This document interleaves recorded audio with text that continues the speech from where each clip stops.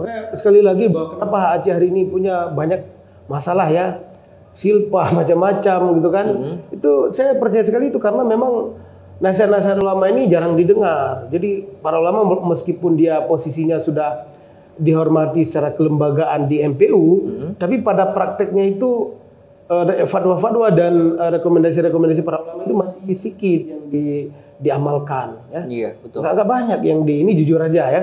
Nggak banyak kalau kita mau menganalisa, kita kaji itu sedikit yang dipakai gitu. Makanya kita ya seperti ini terus.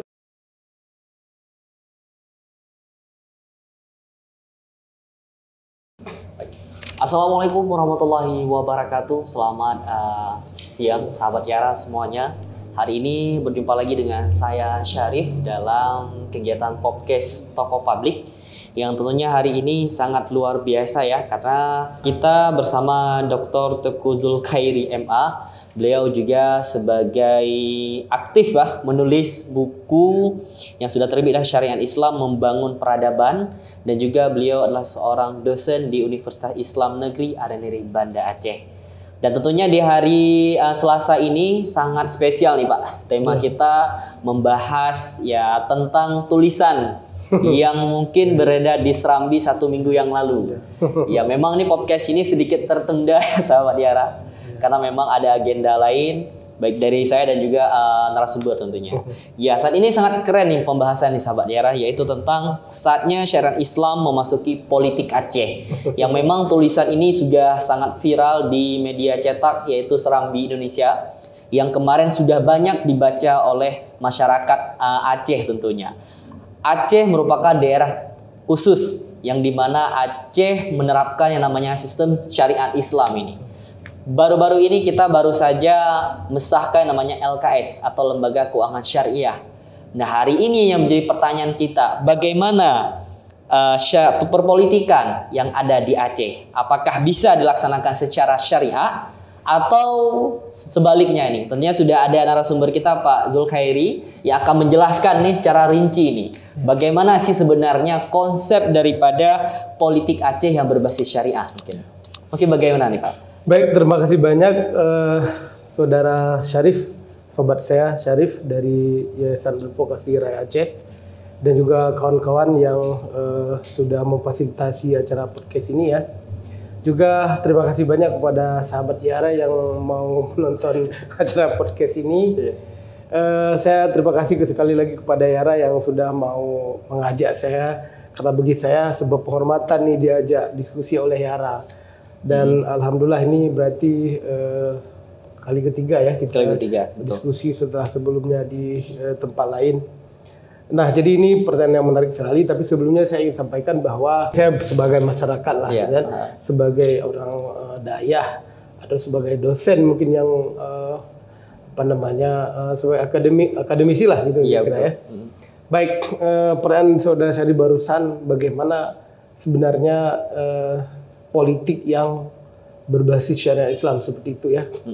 Nah, jadi di awal saya ingin sampaikan sedikit bahwa kita ini kan di Aceh ini sudah berlaku syariat Islam dari tahun 2001 dulu, udah lama kali gitu kan.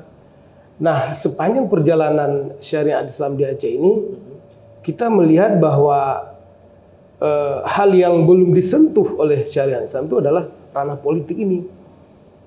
Sementara yang lain itu sudah, gitu kan, walaupun belum maksimal, sudah masuk, gitu kan.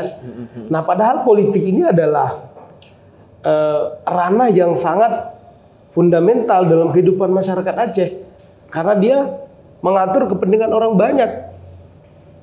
Politik mengatur kepentingan orang banyak. Nah, maka tentu dalam hal ini tidak mungkin Islam tidak mengatur politik, gitu kan. Jadi politik bekerja dalam dalam kerangka kerja-kerja yang berurusan dengan kepentingan orang banyak. Nah, jadi seperti kita pahami bahwa Islam sendiri itu diturunkan, risalah Islam diturunkan oleh Allah Subhanahu wa taala pada Nabi Muhammad melalui perantara malaikat Jibril itu untuk mengatur kehidupan manusia, termasuk dalam urusan politik ini. Jadi kita perlu menjalankan politik Aceh yang sesuai dengan syariat Islam, karena memang ini amanah dari agama kita, gitu kan. Karena Islam ini kan dia kita diminta masuk dalam agama Islam ini secara totalitas. Ya ayyuhalladzina amanu dukhulu fis-silmi kaffah. Wahai orang beriman, masuklah dalam ajaran Islam itu secara kafah, menyeluruh. Tidak bisa hanya sebagian-sebagian. Kita hanya masuk dalam syariat Islam dalam bidang ekonomi, jinayah gitu kan. Enggak masuk dalam bidang politik. Enggak bisa seperti itu karena Allah yang meminta gitu kan. Jadi politik sama dengan juga harus ada basis syariat Islamnya di sana. Nah, pertanyaan kemudian adalah bagaimana politik yang berbasis syariat Islam. Tapi saya ingin tekankan bahwa saya bukan pengamat politik ini, jujur aja. Saya bukan pengamat politik, tapi kita merindukan, semuanya kita merindukan bahwa politik itu perlu diatur oleh syariat Islam. Nah, bagaimana politik yang sesuai dengan syariat Islam? Politik yang sesuai dengan syariat Islam adalah politik yang menjalankan visi Islam, kayak begitu kan?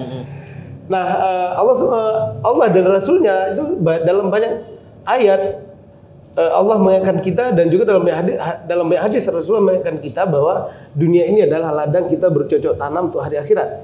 Kita diharapkan dalam kerja-kerja di dunia ini tidak boleh terputus dari kepentingan hari kemudian, kepentingan kehidupan setelah kematian nanti, gitu kan? Jadi kita harus bekerja di dunia ini yang bermanfaat untuk dunia kita dan juga bermanfaat untuk akhirat kita.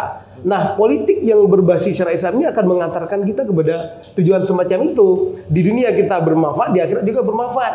Nah, kalau politik itu tidak berbasis syariat Islam, bukan saja kita akan kehilangan akhirat kita, di dunia ini kita juga hancur. Kita sudah melihat sejauh ini bagaimana praktek politik yang hancur bukan hanya di Aceh, tapi juga ini kerusakan yang terjadi di level global gitu kan. Ketika kita ini sebagai Muslim, gitu kan, tidak menjadikan Islam sebagai basis aturan politik kita. Nah, dalam konteks politik Aceh, yang pertama karena karena kita sudah berlaku syariat Islam, jadi memang sebuah keniscayaan agar politik ini berbasis syariat Islam. Kemudian kita melihat praktek selama ini, coba kita perhatikan sendiri, sejauh mana sudah kerja-kerja politik ini dia bisa betul-betul memperjuangkan kepentingan orang banyak, nasib orang banyak. Sejauh mana amar ma'ruf dan nahi mungkar itu dijalankan dalam politik, gitu kan? Saya tidak mengatakan bahwa politik kita ini sama sekali tidak bersyariat, gitu kan? Karena mau tidak mau kita harus mengakui juga bahwa sebagian kecil dari kerja-kerja politik itu ada yang mendukung syariat.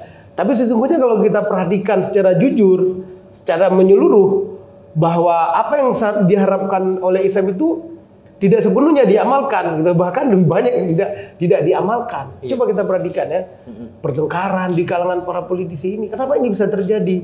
Padahal kalau kita mau memahami, ini kita kerja di dunia ini kan gimana ya? Kita ini kerja di dunia ini untuk kepentingan orang banyak. Kerja politik ini kepentingan orang banyak. Bagaimana Islam misalnya menekankan bahwa dalam politik, dalam kerja kepemimpinan misalnya harus adil, harus bermusyawarah, harus mengutamakan kepentingan orang banyak. Itu sebenarnya esensi dari politik berbasis syariat Islam, ya kan? Harus ada amar ma'ruf dan nahi mungkarnya di sana, gitu kan? Artinya bahwa dalam kerja politik itu harus hal yang baik itu harus didorong, apa yang mungkar itu harus dicegah. Nah, hari ini kemungkaran dalam politik itu sangat tertutup. Kalau dalam praktek-praktek yang lain, orang misalnya dia melakukan suatu kesalahan, misalnya kan seperti dalam orang misalnya sekarang kan orang pacaran ketemu sama WH, kena dia nanti khalwat gitu kan, langsung ada hukum jinayatnya yang menindak, betul, dicambuk gitu kan, LGBT misalnya. Tapi kemungkaran dalam politik ini kan tidak terdeteksi selama ini.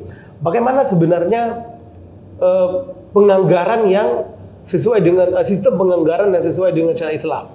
Apakah misalnya kerja-kerja dari tim anggaran TAPA, misalnya tim anggaran pemerintah Aceh selama ini misalnya ya, sudah sesuai dengan syariat Islam? Itu kan jarang didiskusikan.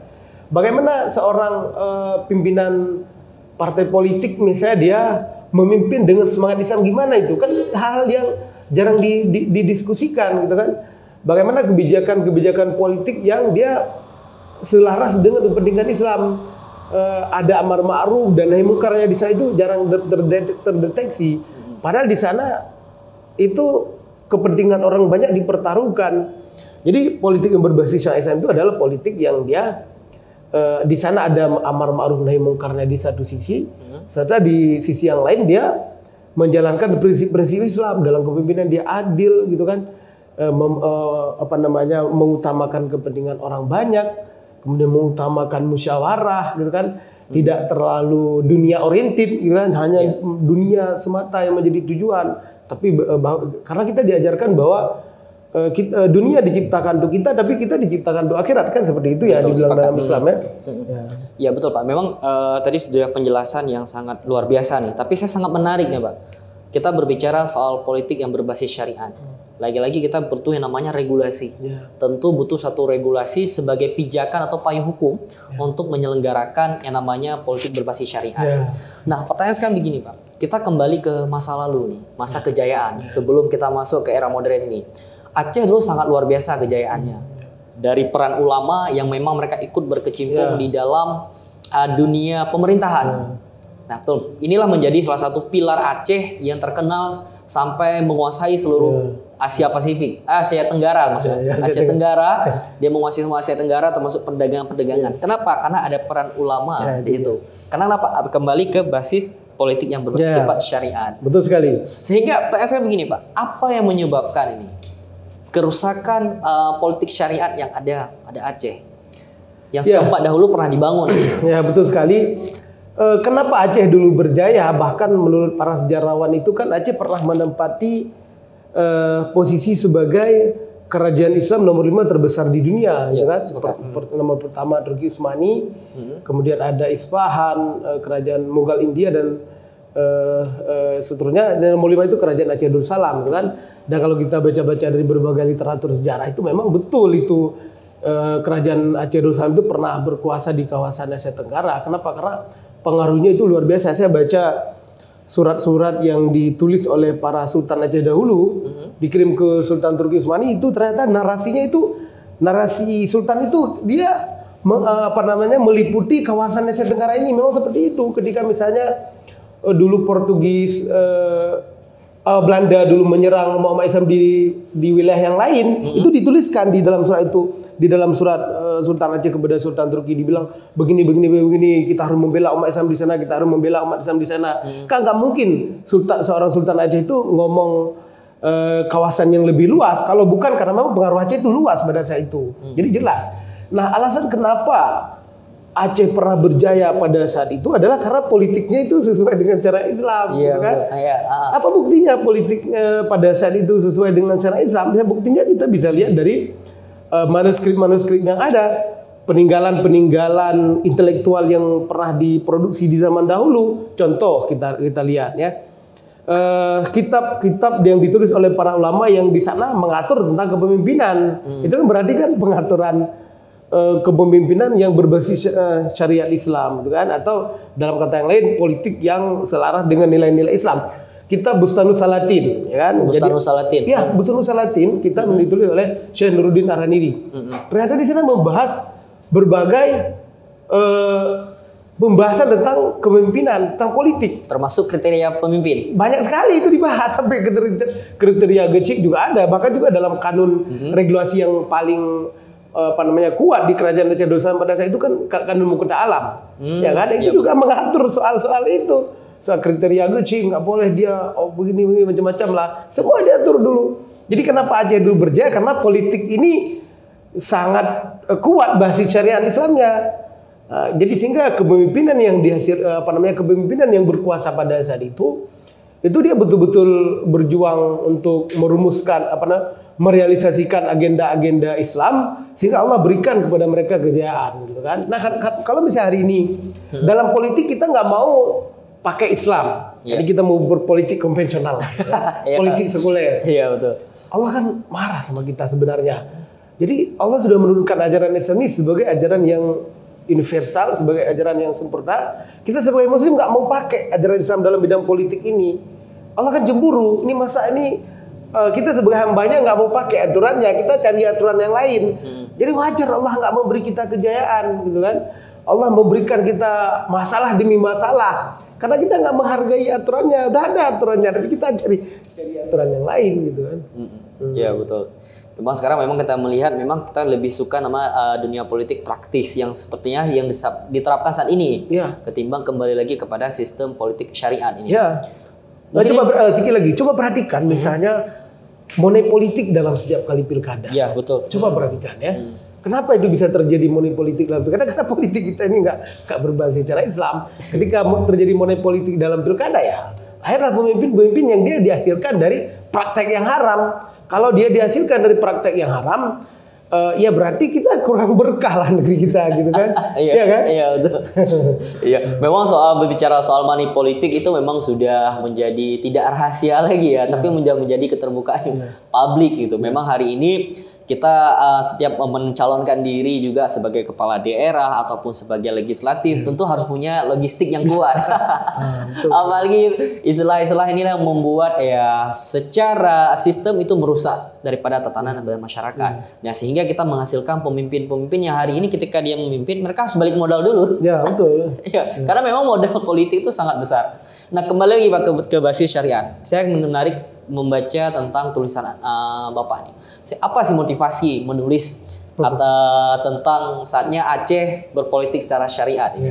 Ya, tentu karena kita nih sebagai Muslim ya, kita merasa resah dengan keadaan negeri kita yang kita punya mimpi melihat Aceh ini berjaya kan gitu ya. Kita punya mimpi melihat Aceh yang terbaik ya, walaupun saya juga mengakui bahwa Aceh hari ini sudah lebih baik dari kemarin-kemarin kan kira-kira begitu ya. Tapi kan semuanya punya harapan ideal terhadap Aceh. Kita sudah belajar, membaca, kita semua tentu Syarif juga pingin terbaik untuk Aceh kan. Karena gini, kita pingin terbaik untuk Aceh karena di Aceh ini kan nanti akan lahir anak-anak dan cucu kita, ya kan, cucu-cucu kita dan semuanya, dan kita pingin generasi yang akan besar nanti setelah kita nanti dia dapat hidup dalam di sebuah wilayah yang dia damai bagi mereka. Berdosalah ya kalau kita hari ini tidak memikirkan masa depan mereka. Kalau hari ini kita membiarkan misalnya politik ini terus berjalan tanpa kontrol Islam, maka akan terjadi kerusakan-kerusakan yang nanti akan juga berefek kepada generasi yang akan hidup setelah kita nanti. Kelak nanti mereka akan bertanya, kenapa kami bisa seperti ini, menderita, kayak begitu kan? Apa yang dilakukan oleh kakek-kakek kami dulu? Kenapa mereka meninggalkan masalah yang besar bagi kita hari ini? Kan mereka bertanya seperti itu. Betul. Jadi setidaknya ya, walaupun mungkin ya sebuah tulisan itu tidak terlalu berpengaruh, tapi saya menulis itu ya minimal di hadapan Allah kita ada pertanggungjawaban nanti di akhirat. Ya kan, jika ditanya apa yang kamu lakukan ini dengan keadaan Aceh seperti ini, saya sudah mencoba mengingatkan dalam tulisan. Tapi tulisan itu sangat berpengaruh di saat ini. Ketika membaca, orang banyak membaca, apalagi di halaman Serambi. Kita udah punya kanun Jener, kita sudah punya kanun LKS, dan tinggal politik. Sekarang gini Pak, bagaimana peran ulama nih Pak? Respon ulama yang pernah Bapak jumpai untuk berbicara tentang politik yang berbasis syariat ini? Ya, sebenarnya ini pun saya tulis kemarin kan juga selaras dengan hasil rekomendasi ulama yang dihasilkan dalam silaturahmi ulama seluruh Aceh beberapa bulan yang lalu, gitu kan? Di mana para ulama pingin politik ini jangan lari dari koridor syariat Islam. Jadi karena ulama juga pingin seperti itu dan juga karena kita sebagai anak muda juga resah, jadi kan di dalam tulisan itu juga saya padukan dengan sejumlah rekomendasi ulama seperti itu ya. Nah, jadi kita berharap ya ke depan mungkin perlu dibuat regulasi-regulasi politik yang sesuai dengan syariat Islam, minimal pada tahap awal bisa dilahirkan semacam fatwa lah dari Majelis Permusyawaratan Ulama gitu kan. Kemudian juga kita berharap misalnya lembaga Wali Nanggro itu juga akan berbicara hal seperti ini. Karena ya sudah saatnya lah kita masuk ya. Sudah 20 tahun lebih ya syariat Islam di Aceh. Masa politiknya kita biarkan aja nggak selaras dengan syariat Islam gitu kan. Iya betul. Untuk bicara rekomendasi ini, apa rekomendasi daripada ulama-ulama setelah melakukan perkumpulan itu terhadap penulisan karya ini, Pak? Ya, banyak ya poin-poin rekomendasi ulama kemarin itu banyak. Ya pada intinya para ulama itu pingin nggak ada money politik, pingin ada pemimpin-pemimpin yang diseleksi melalui jalur politik ini agar betul-betul dia memperjuangkan Islam. Para ulama pingin agar dijalankannya amar ma'ruf nahi mungkar dalam politik, gitu kan. Jadi para ulama itu sudah berbicara. Tinggal kita sekarang yang muda-muda mendukung lah, gitu kan. Karena kan Rasulullah juga bersabda bahwa ulama itu adalah pewaris para nabi. Kalau hari ini kita mengaku cinta kepada Nabi Muhammad, ya kita harus berjuang mendukung apa yang sudah di pendapat-pendapat ulama, gitu kan, fatwa-fatwa yang sudah dihasilkan oleh ulama, rekomendasi-rekomendasi yang dihasilkan para ulama. Makanya sekali lagi bahwa kenapa Aceh hari ini punya banyak masalah ya, silpa macam-macam gitu kan. Itu saya percaya sekali itu karena memang nasihat-nasihat ulama ini jarang didengar. Jadi para ulama meskipun dia posisinya sudah dihormati secara kelembagaan di MPU, tapi pada prakteknya itu fatwa-fatwa dan rekomendasi-rekomendasi para ulama itu masih sedikit yang diamalkan ya. Iya, betul. Nggak banyak yang ini jujur aja ya. Nggak banyak kalau kita mau menganalisa, kita kaji itu sedikit yang dipakai gitu. Makanya kita ya seperti ini terus. Ya. Saya mengutip ada dari undang-undang bahwasanya fungsi daripada MPU itu sebagai mitra daripada pemerintah. Ya. Artinya rekan kerja. Ya. Dan juga fatwa-fatwa yang dikeluarkan oleh para ulama ini basisnya bersifat tidak wajib. Ya, bisa diambil, bisa tidak. Kembali lagi kepada pemimpin, kan itu sekarang keresahannya. Karena memang dia bukan suatu lembaga yang seperti legislatif. Ketika mereka menggodok bisa suatu veto ya. Ya, mereka kan punya hak veto dan punya hak imunitas di sana. Dan sementara MPU enggak gitu. MPU tidak. MPU hanya melakukan sebagai fatwa dan fatwa itu bisa diambil atau bisa tidak kan gitu. Itulah dalam hal ini kita berharap sebenarnya para pemimpin yang dihasilkan oleh jalur melalui proses demokrasi ini itu dia betul-betul dia memahami peran ulama ini. Dia jangan menganggap sebelah mata gitu kan. Karena apalagi undang-undang sudah mengarahkan agar dijadikan mitra, walaupun boleh tidak boleh ikut boleh tidak. Tapi kan itulah kembali kepada para pemimpinnya, bagaimana agar mereka itu betul-betul mau gitu kan, mau mengambil fatwa-fatwa ulama ini. Karena juga Rasulullah kan juga bersabda bahwa akan datang satu zaman di mana manusia itu lari dari para ulama gitu kan. Dan ketika mereka lari dari para ulama, maka akan diberikan 3 malapetaka dalam hidupnya.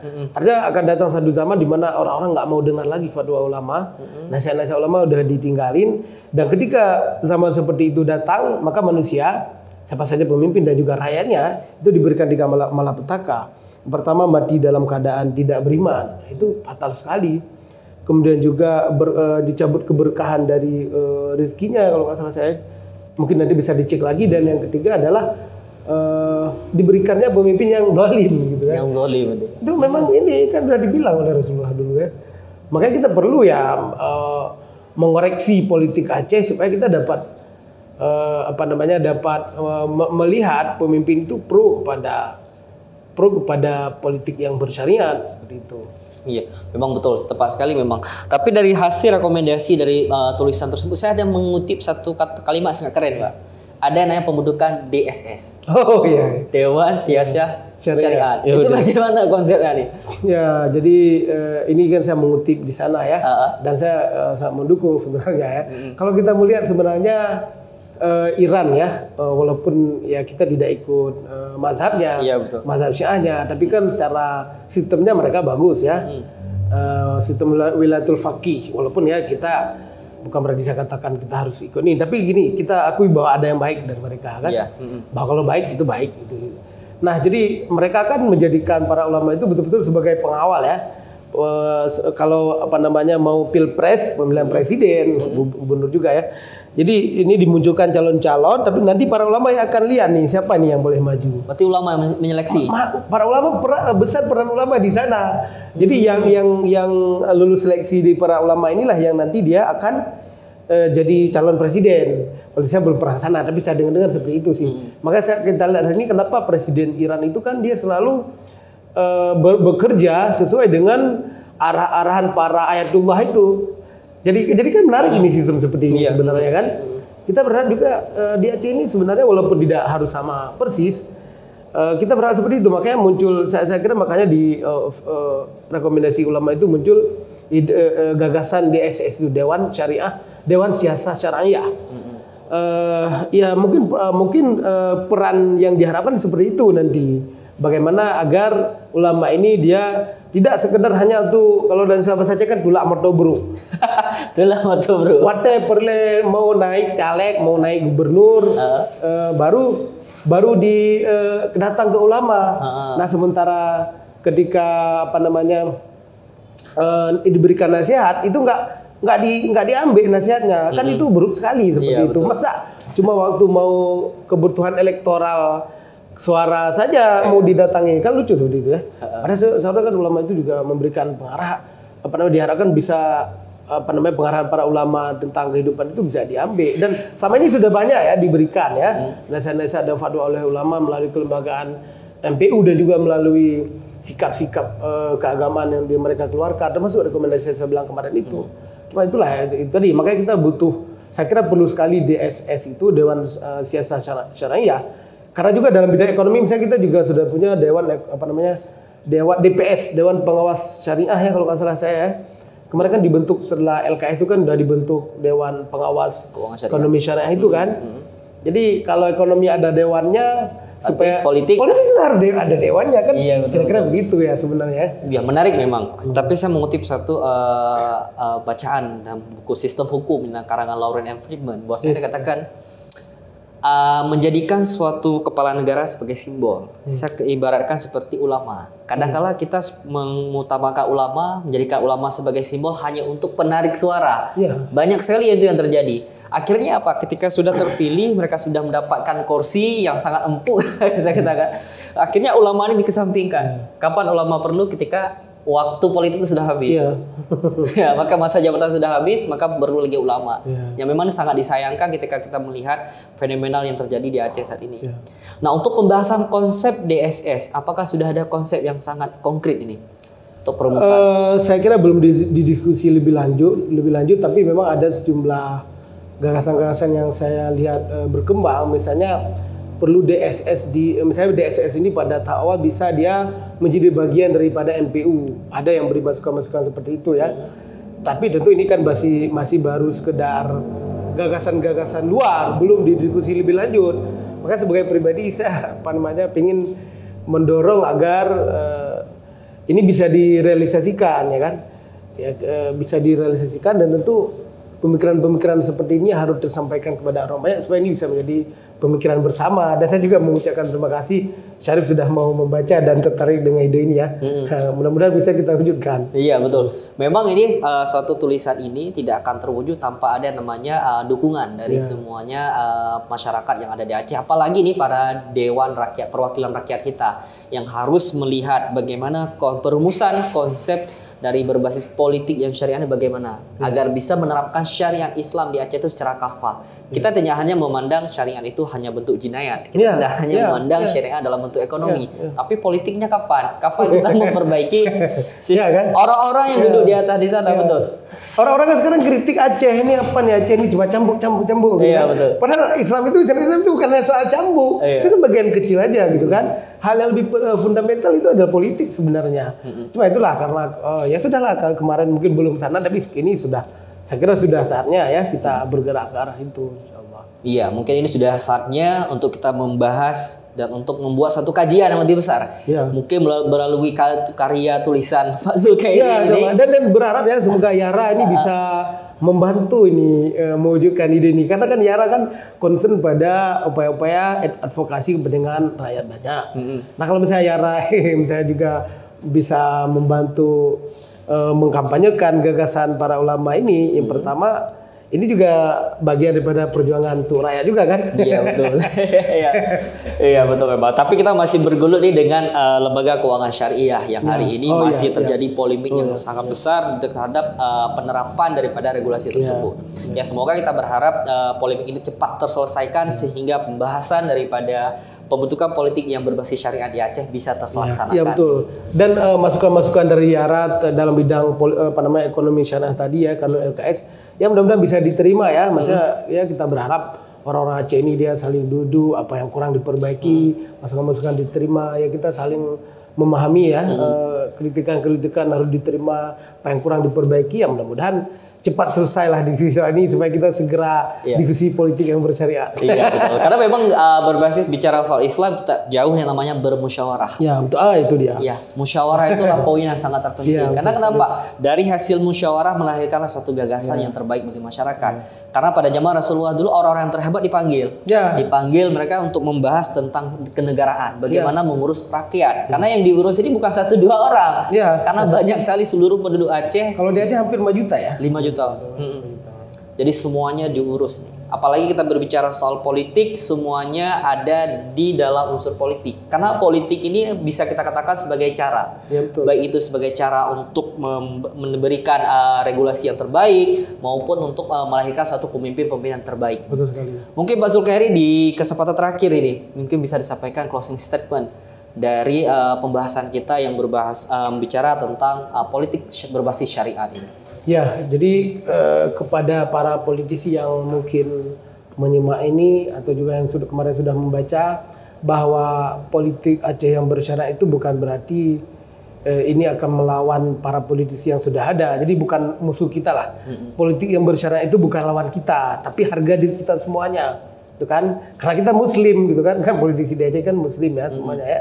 Jadi ini bukan jadi sebuah momok ya yang harus ditakuti. Dan bahkan justru ketika kita menjalankan prinsip-prinsip politik yang bersyariat itu pasti kita justru akan lebih damai ya, lebih tenang dalam hidup ini ya, lebih ya merasa ketentraman dalam kerja-kerja kita, kita lebih kalau kita menjalankan aturan Allah pasti akan memberikan ketenangan dan ketentraman dalam jiwa kita gitu kan. Itu di dunia, dan kita juga akan memetik buahnya juga nanti di hari akhirat kalau kita mau menjalankan prinsip politik yang bersyariat. Saya kira seperti itu. Oke, itulah tadi closing statement yang disampaikan oleh Dr. Teguh Zulkhairi, MA. Hari ini pembahasan kita tentang politik berbasis syariat yang ada di Aceh. Semoga apa yang kami hadirkan hari ini dapat menjadi inspirasi dan juga menjadi ladang pengetahuan nih bagi seluruh sahabat Tiara yang ada di rumah sana. Saya Syarif selaku moderator hari ini pamit undur diri. Apabila ada salah kata, saya mohon maaf yang sebesar-besarnya. Billahi taufiq wal hidayah. Wassalamualaikum warahmatullahi wabarakatuh. Waalaikumsalam warahmatullahi wabarakatuh.